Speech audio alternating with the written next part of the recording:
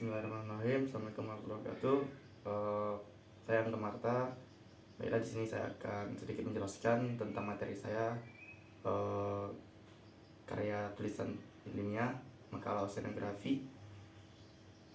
Di sini pendahuluan di wilayah pesisir merupakan wilayah peralihan antara ekosistem darat dan lautan, yang dimana sudah dipengaruhi oleh perubahan darat dan maupun di laut sesuai dengan Undang-Undang Nomor 27 tahun 2007. Wilayah pesisir di sini yang saya ambil ini di daerah Makassar.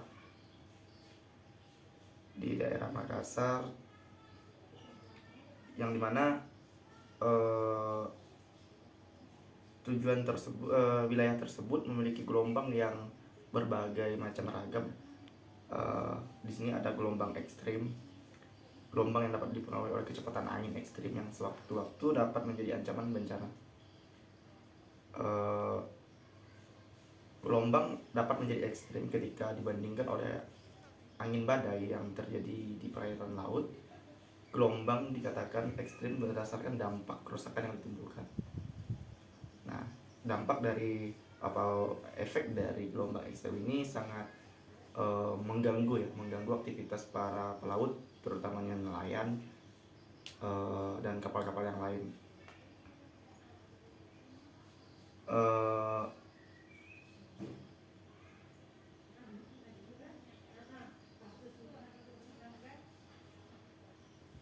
Bencana juga, risiko dan bencana juga merupakan keadaan di mana terdapat indeks ancaman bencana, indeks kerentanan dan indeks kapasitas.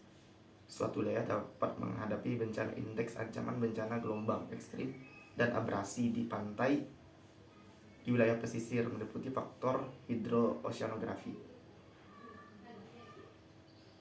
Kerentanan meliputi keadaan dan karakteristik biologis geografis meredam dan menanggulangi ancaman bencana, sedangkan indeks kapasitas berhubungan dengan ketersediaan sumber daya, pengetahuan, keterampilan, kekuatan dimiliki seseorang atau masyarakat yang dapat digunakan untuk mempertahankan diri, mempersiapkan diri, mencegah, mengulangi dampak buruk dan bencana. Gelombang juga memiliki variasi tinggi atau tingkat tinggi gelombang. Yang digunakan dalam penelitian ini merupakan tinggi gelombang maksimum berdasarkan hasil pengukuran tinggi gelombang di lokasi kajian. Tinggi gelombang yang didapatkan kurang mewakili keadaan gelombang wilayah pesisir Kota Makassar, sehingga tinggi gelombang yang digunakan dalam analisis adalah tinggi gelombang berdasarkan perhitungan effective weight dari data kecepatan angin, dan data kecepatan angin diperoleh dari BMKG. Yang kedua, kecepatan arus. Kecepatan arus dipengaruhi oleh perpindahan massa air yang disebabkan oleh pengaruh dan pasang surut dari kecepatan angin. Kecepatan arus yang diukur dalam penelitian ini adalah kecepatan yang dipengaruhi oleh pasang surut laut yang menyusuri pantai.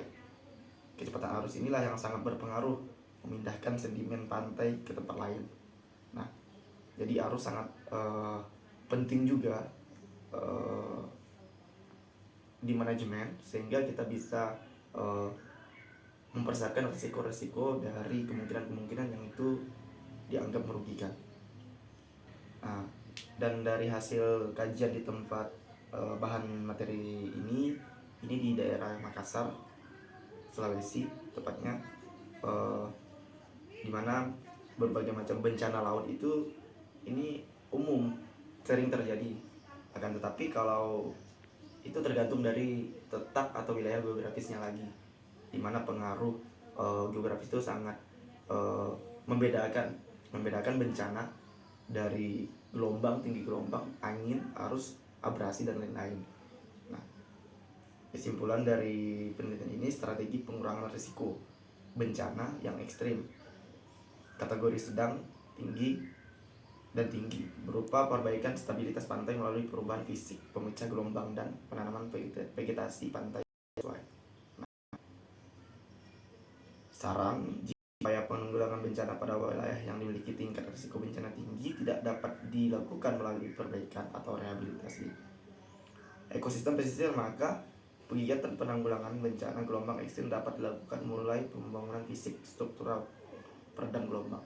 Nah, ketika upaya rehabilitasi dengan penanaman mangrove, reboisasi, dan segala macam, tidak mampu juga dan tidak bisa dilakukan, ada cara lain yaitu membuat bangunan struktural, di mana bisa membangun breakwater atau pemecah gelombang dan membangun tanggul dan lain-lain. Baiklah, mungkin hanya segitu yang dapat saya sampaikan untuk kajian ilmiah makalah oceanografi ini, tepatnya di wilayah Makassar, Sulawesi. Apabila kurang lebihnya saya mohon maaf. Saya akhiri, wabillahi taufiq. Assalamualaikum warahmatullahi wabarakatuh.